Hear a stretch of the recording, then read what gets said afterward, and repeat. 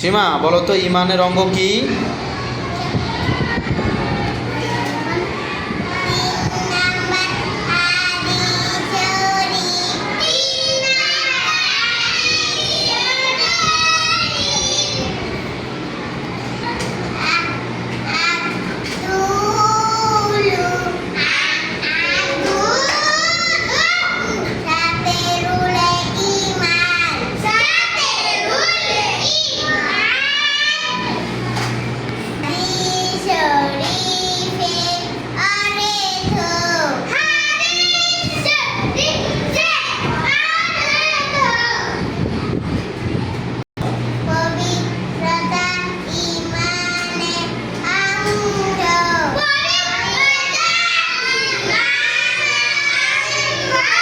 মাশাআল্লাহ, আমাদের ছোট্ট ছাত্রী সীমা হাদিসের দ্বারা প্রমাণ করেছেন যে পবিত্রতা ইমানের অঙ্গ।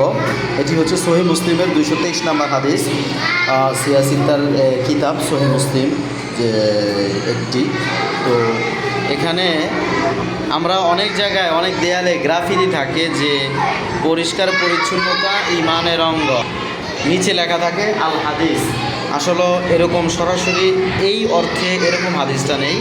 ইসলাম পরিষ্কার পরিচ্ছন্নতার ব্যাপারে গুরুত্ব দেয়, কিন্তু হাদিসটা হচ্ছে পবিত্রতা ইমানের অঙ্গ, আত্মহুরু শাত্রুল ইমান, সহিহ মুসলিমে 223 নম্বর হাদিস। অর্থাৎ পবিত্রতা ইমানের অঙ্গ। একটা কাপড় বা একটা জিনিস পবিত্র নেই কিন্তু পরিষ্কার আছে, পরিচ্ছন্ন আছে, ইসলাম এইটাকে বেশি গ্রহণযোগ্যতা দেয় না। যতটুকু গ্রহণযোগ্যতা দেয়, একটা কাপড় পবিত্র আছে যদিও সেটা পরিষ্কার না থাকে।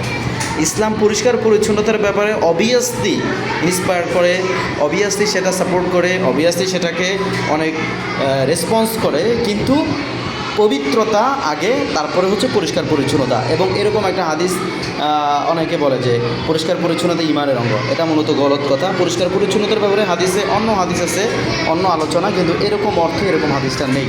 আল্লাহ তাআলা আমাদেরকে পবিত্রতা এবং পরিষ্কার পরিচ্ছন্নতা অবলম্বন করার তৌফিক দান করুক। সকলে বলেন আমিন।